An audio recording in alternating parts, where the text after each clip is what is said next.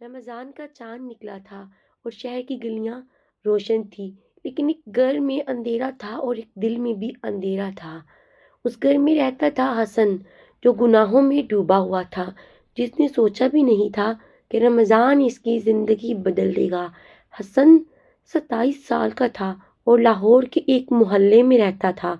دیکھنے میں خوبصورت تھا، لیکن اندر سے خالی اور تاریک۔ والدین نے بہت اچھی تربیت کی تھی، لیکن انہوں نے اس کا کہا کبھی نہیں مانا۔ غلط دوستوں کے ساتھ رہا اور غلط راستے پر چل پڑا۔ جھوٹ بولنا اس کی عادت تھی اور دھوکہ دینا اس کا کام۔ لڑکیوں سے محبت کا ڈھونگ کرتا اور پھر انہیں چھوڑ دیتا تھا۔ پیسے کے لیے غلط کام کرتا اور سوچتا بھی نہیں تھا۔ نماز روزہ سب چھوٹ گیا تھا اور اللہ سے بھی دور ہو گیا۔ اس کی ماں روز دعائیں مانگتی اور روتی، رات کو اے اللہ میرے بیٹے کو ہدایت دے اور سیدھے راستے پر لا۔ والدین نے بہت سمجھایا، لیکن حسن نے کان نہیں دھرا۔ دوست کہتے یار زندگی ایک ہی ہے، مزے کرو بس۔ اس کے قریبی دوست کا نام عمر تھا اور وہ بھی ایسا ہی تھا۔ دونوں مل کر غلط کام کرتے اور کوئی پرواہ نہیں تھی۔ ایک رات دونوں کسی لڑائی میں پھنس گئے اور مار پڑی۔ حسن کو چوٹ آئی اور وہ ہاسپٹل میں داخل ہو گیا۔ ہاسپٹل میں پڑا تھا اور درد میں تھا اور اکیلا محسوس کرتا۔ دوست کوئی نہیں آیا کیونکہ سب غائب ہو گئے۔ مشکل میں صرف ماں آئی اور باپ آیا اور روتے رہے پاس بیٹھ کر۔ حسن نے پہلی بار سوچا کہ یہ لوگ ہیں اور یہی لوگ اصل ہیں میرے۔ 3 دن ہاسپٹل میں رہا اور بہت سوچتا رہا، اکیلے میں کیا فائدہ ہوا مجھے غلط زندگی سے۔ آج تک دوست گئے، پیسے گئے اور صرف تکلیف رہ گئی، اور ماں باپ پھر بھی ساتھ ہیں جنہیں میں نے دکھ دیا۔ ہاسپٹل سے نکلا تو رمضان شروع ہونے میں 3 دن تھے۔ ماں نے کہا بیٹا اس بار روزے رکھنا اور اللہ سے معافی مانگنا۔ حسن نے پہلی بار ہاں کہی اور ماں کی آنکھوں میں آنسو آئے۔ شاید اللہ نے درد کے ذریعے میرے بیٹے کو جگایا۔ رمضان کا پہلا دن آیا اور حسن نے روزہ رکھا۔ پہلی بار بہت مشکل تھا کیونکہ کئی سالوں سے عادت نہیں تھی، لیکن اس نے ہمت نہیں چھوڑی اور پورا دن روزے میں گزارا۔ شام کو ماں نے افطار بنایا اور پہلی بار سب ساتھ بیٹھے۔ افطار کرتے وقت حسن کی آنکھیں بھر آئیں خود بخود، نہ جانے کیوں، لیکن دل بھاری تھا اور آنسو نہیں رکے۔ ماں نے دیکھا اور چپ رہی کیونکہ سمجھ دی اس کی دعا سن لی ہے اور بیٹے کا دل نرم ہو رہا ہے۔ عشاء کی نماز کا وقت آیا اور حسن نے وضو کیا۔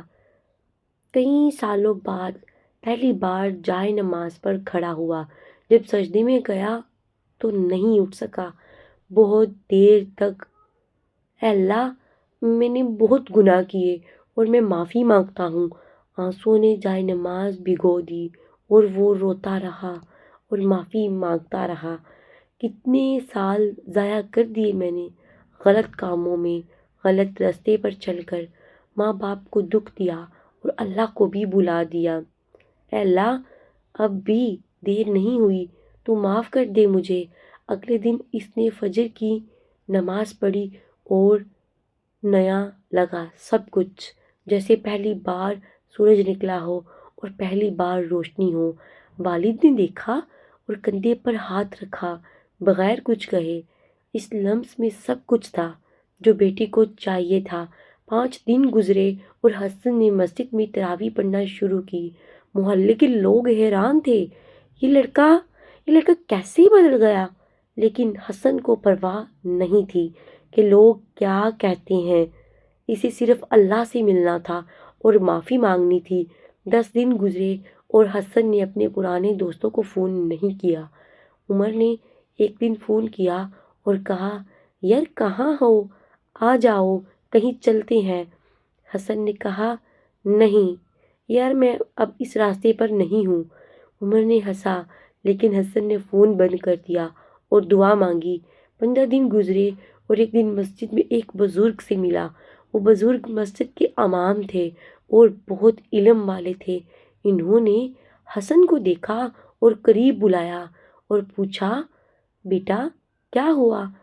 تمہیں کیوں اتنے پریشان نظر آتے ہو؟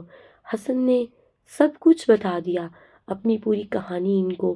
بزرگ نے سنا اور مسکرائے اور کہا، بیٹا رو مت، اللہ توبہ کرنے والوں کو معاف کرتا ہے اور توبہ کرنے والوں سے محبت کرتا ہے، اور جو سچے دل سے توبہ کرے اللہ اسے معاف کر دیتا ہے۔ قرآن میں اللہ نے کہا ہے کہ نا امید نہ ہو میری رحمت سے، کیونکہ اللہ سب گناہ معاف کرتا ہے جو توبہ کرے سچے دل سے اور دوبارہ اس گناہ کو نہ کرے۔ حسن نے سنا اور دل کو سکون ملا، پہلی بار بہت عرصے کے بعد، اور اس نے عہد کیا کہ اب کبھی پرانی زندگی میں نہیں جائے گا۔ 20 دن گزرے اور حسن نے قرآن پڑھنا شروع کر دیا، ترجمہ کے ساتھ پڑھتا اور سوچتا اور آنسو بہاتا۔ ایک آیت نے دل پر گہرا اثر کیا اور وہ رک گیا، جو کوئی نیکی کرے تو اللہ اسے 10 گنا دیتا ہے۔